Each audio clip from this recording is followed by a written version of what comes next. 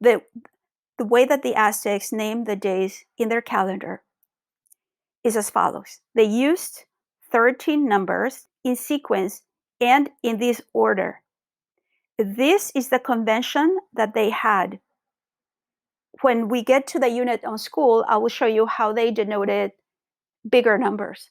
For example, a banner was 20, 8,000 was a pouch. We'll go over that. But for now, most manuscripts use this convention. Look at this example right here.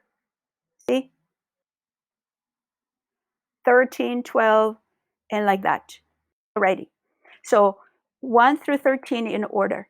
And then you have 20 symbols. And these are depicted in a very naturalistic manner. Meaning you're not thinking, what is this? It's not some abstract object. Except I would say for Allen, which is movement. And this one is actually a very conventional. We all know that's glyph for a building, and this is for house, and this is for flint. So the first thing I'll do is to go over the names of the symbols, and then I'll show you how to do permutations, because to name the days of the calendar, the Aztecs and all Mesoamericans used these 13 numbers combined with these symbols to name the names of their days.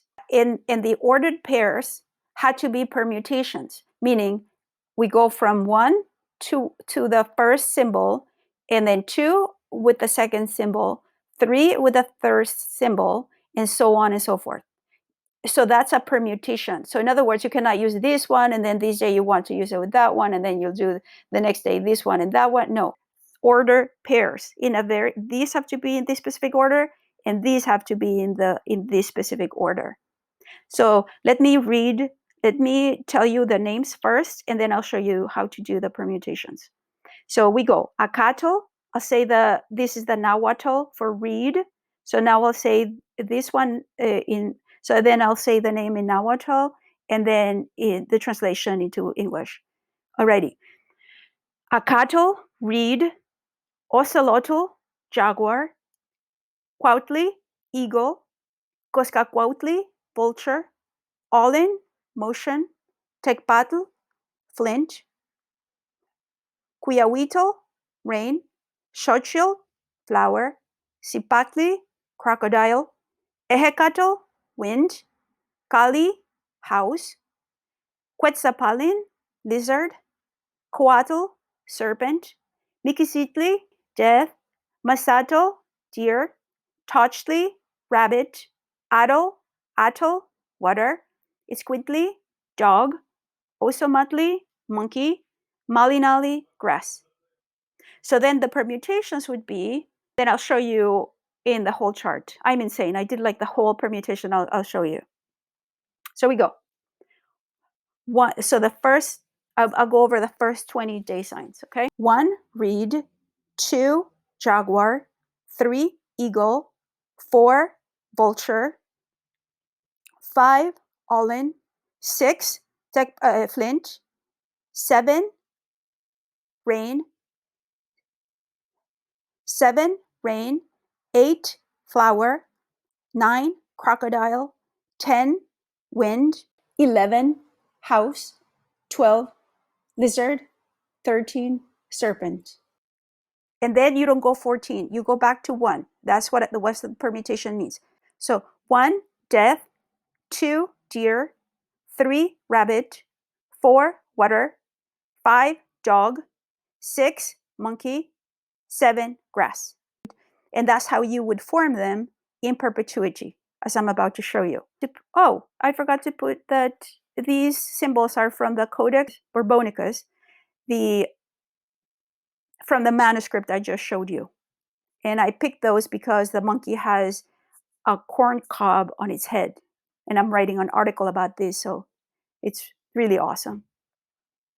So again, don't forget that they have to be in ordered, and those in math are called permutations. And before I show you the permutations and how they work, and all of this will become so much more clear after we go through the whole cycle in the chart I created just for you. So Tonalpowali will be the first 260 days, or the 260 cycle, which basically means count of the days, tonal days. And then the 365-day cycle, and we'll take up the issue about the leap year later, is called Xihuitl, which means turquoise, precious, not only for the Aztecs, but for all Mesoamericans. So Xihuitl. It also means herb, which was also very precious for them, for reasons I'll explain later. And then the Xiumolpili is the 52-year cycle. So 52 solar years will be Xiuimolpili, and that has to do with the new fire ceremony. This meant that every 52 years, the cycle would reset. And I will explain to you with a chart, because it will become super clear to you after that. And that's why I made the chart for you. So this was one of the most solemn ceremonies or celebrations that the Aztecs had, which they celebrated because the Tonalpowali had gone through its whole cycle and was reset again, as I will demonstrate in a minute. And then this one, Nemontemi, is useless days or nameless. But as you will see, it only has to it just basically has to do with the fact that the Aztecs had 18 festivals, each lasting 20 days, which the Spaniards told us that would be the equivalent of months. And in Spanish, it's veintena, which is Spanish for 20, a bundle of 20 days. And so if you multiply 18 times 20, that gives you 360. So this is actually 5. Oh, I forgot to put the number 5. Darn it. So that's 5. So 18, I should have written it here, but it's like too much information. So 18 times 20 is 360. So as you will see in a second, all of this will make sense. I probably should have gone after, but then it will be just self-explanatory. You'll see, I promise.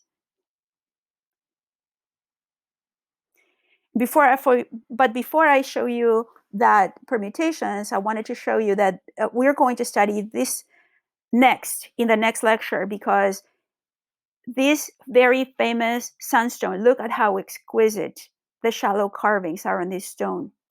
And this is from the post-classic. This sunstone is depicting the 5 ages, or the 5 eras, the 5 creations of the Aztecs. And it's showing you here 4 naui. That means 4 movement.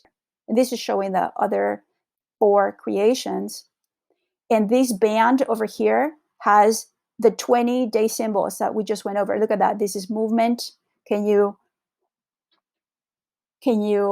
recognize any other symbol? Here's a difficult one for house, crocodile. And again, I'm going to go over this on the unit, on the lecture for creation. But because it has the calendar, I thought I would introduce you to this here. And over here, you see Xiucoatl, which are 2 serpents over here. This is the tail, and then it comes over here. And out of their heads emerge Xiuhtecutli, and we'll go over that in lecture 4 on the gods. Xiuhtecutli, which is the god of fire, and this one is Tonatiuh, the sun god. As you can see, and I also wanted to show you this in this unit, because this has everything to do with the sun and the sun worship, and it's just like so full of glyphs, which we will study in greater detail in the next couple of lectures. Here's 13 reed, for example, and then you see, I don't know, maybe you should have fun finding where the calendar symbols are here. And this one is a really clever way of writing the current creation, the current era, and then the previous 4 creations. We'll go over that later. And here you can recognize flint, but try to pause it here and then see what you recognize from this stone. But again, we'll go over that. And this is just another example of how the manuscripts had day signs. So you can see here, this is a glyph for house, movement, death, snake, reed, flower,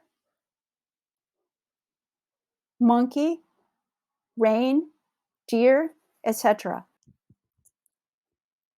So now we're going to go through the whole count. Now, as you will remember, we did the first 20 symbols. So first, I'm going to show you the Tonalpowali, which is the 260-day sign. 260-day sign of the Tonalpowali. Then we're going to get to 365-day count, which is the Shiwito. And then I'm going to show you the Shiumompili, the 52-year bundle. Okay, it's really cool. So stay tuned. So pay close attention, please. So we began, as you will remember from the images, I cannot put the images here. Okay, so we go 1 reed, 2 jaguar, 3 eagle. We went over through the 20, and then you continue doing those permutations. And based on mathematics, if you multiply 13 times 20, you will get 260. And that's how the Tonalpowali gets made. And then so over here, these are 40 symbols. Yeah, 13 times 3 is 39 and 140. Yeah. So 40 times 6 is 240 and then 260. So this is a 260-day sign, but then I told you that they would continue with the permutations, and then you will continue, and something remarkable happens that can be explained with math, is that after this would be the 365. This will be day number 365. So the next day is 2 flint. And as you will see, these are called year bearers because based on math, these permutations will produce a system in which four of the 20 day signs will appear as the first day of every Shiwito, of every cycle of 365 days. And the ones that repeat will be 1 reed, 2 flint, house, and rabbit, as we are going to see. So now you're clear that the first 200 is, so now you're clear that 13 numbers and 20 symbols will yield 260 unique combinations, which you would continue in perpetuity to produce the year, the rest of the day names for the rest of the year. That system produces years in which it's very predictable what will become the name of the first day. So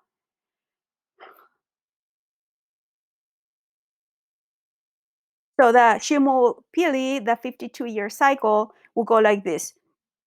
So we begun in 1 reed. In our child, we began in 1 reed, let's say. Then you have all the 365 days here with the 13, again, with the 13 numbers and the 20-day combinations for the permutations. And then the next year will be 2 flint. And there will be 3 house, 4 rabbit, 5 reed, 6 flint, 7 house, 8 rabbit, until you get to 13.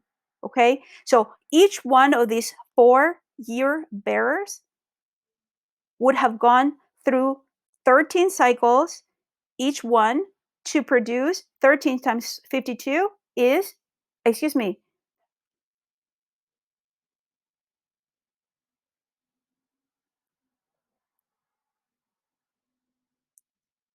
13 times 4 will be 52.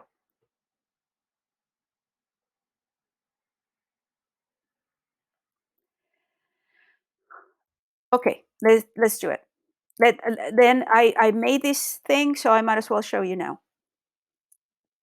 So we go. First day, again, first day of that we start counting. First day that we start counting one read. So then we'll go here, 200 or 260, like I explained, and then you get to the first year. What do you think will be the next year? If you guessed 3 house, you would be correct. And there it is, 3 house, because you would have gone through the whole cycle. And then you continue the count, and the next one will be 4 rabbit. And there it is, 4 rabbit. And then 5 reed right here. And then 6 flint. And you know that the next one will be 7 house. And the next one you know for sure is going to be an 8. Hopefully you remember that it's rabbit. And then it goes reed, flint, house, rabbit. So the next one will be reed. And there it is, 9 reed, 10 flint, 11 house, 11 house, 12 rabbit, 13 reed. So you know that the next year bearer will be 1. And if you guessed flint, you would be correct. 1 flint, 2 house, and then the next one will be 3 rabbit, 4 reed. The next one you should know it's 5 flint, and then 6 house, 7 rabbit, 8 reed, 9 flint, 10 house, 11 rabbit, 12 reed, 13 flint, 1 house, 2 rabbit, 3 reed, 4 flint, 5 house, 6 rabbit, 7 reed, 8 flint. Next one will be 9 house, you'll see. 9 house, 10 rabbit, 11 reed, and then 12 flint. There it is. 13 house, we're almost there. 1 rabbit, 2 reed, 3 flint, 4 house, 5 rabbit, 6 reed, 7 flint, 8 house, 9 rabbit, 9 rabbit, 10 reed, 11 flint, 12 house, 13 rabbit, 13 rabbit. And are you ready for this, you guys? Are you ready for this? After 13 rabbit, we have gone through we have gone through 50 years. Okay? And then we get to 1 reed. And there you have it. Then the whole cycle resets and we begin where we started. It's a little bit like counting a year that I was explaining in the science section, in which you go through the whole, you begin observing the sun movements on a specific day of the year. And then when you come back to the same position, you know you have gone through the whole thing.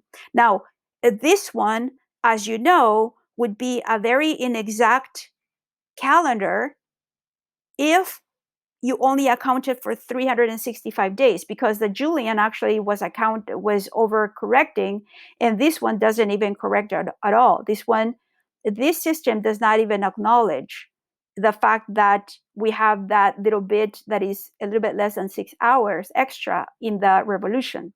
And I love that I can talk to you about these concepts without and you understanding this. I hopefully you watched the whole lecture and now you're very well versed on these astronomical names. But in the second part of the lecture, I will show you that we're still debating how they, if they adjust it. We do know that the Aztecs observed the sun very closely, and they worship the sun. I just showed you the sunstone, and when we look at the gods next week, they had a god that was a sun god. It was like something. The sun is something that they watched all the time. And in the next portion, I will show you how they had priests that all they would do is do these observations, and they actually had a lot of discussions about how to do adjustments. So they knew, just like the rest of the people in the world, they knew that they needed to cause some adjustments. Now, some people chose some adjustment and some people didn't. And for example, in 1582, the Catholic Church wanted to make the change because they wanted to celebrate Easter on the first day of the spring equinox. But that messed up the system for science, but then you have to make some cultural choices in there. And so here's a good example of how another of the many examples in which we have science and culture, and that encompasses the way we conceptualize time, and also how we uh, in our religious thinking. And because don't forget that a lot of times the calendar is made so that you know when to party and when to celebrate. Alrighty, and there it is again, the Shiumolpili, the 52-year cycle. We just went through that. Why? Because I'm insane. And this is how Diego Duran, and this is how the scribes depicted it for the chronicle by Friar Diego Duran, one of my favorite. He's amazing. You should definitely read this. His books on the Aztecs. So here we have the reed year bearers, and here the rabbit, conejos is rabbit, cañas is reed, pedernales is flint, and casas is house. And casas is house. Actually, they have it plural here, but it's singular. It's just the word. It should be one house or house. That's the name of the year bearer. And the day sign too. Don't forget.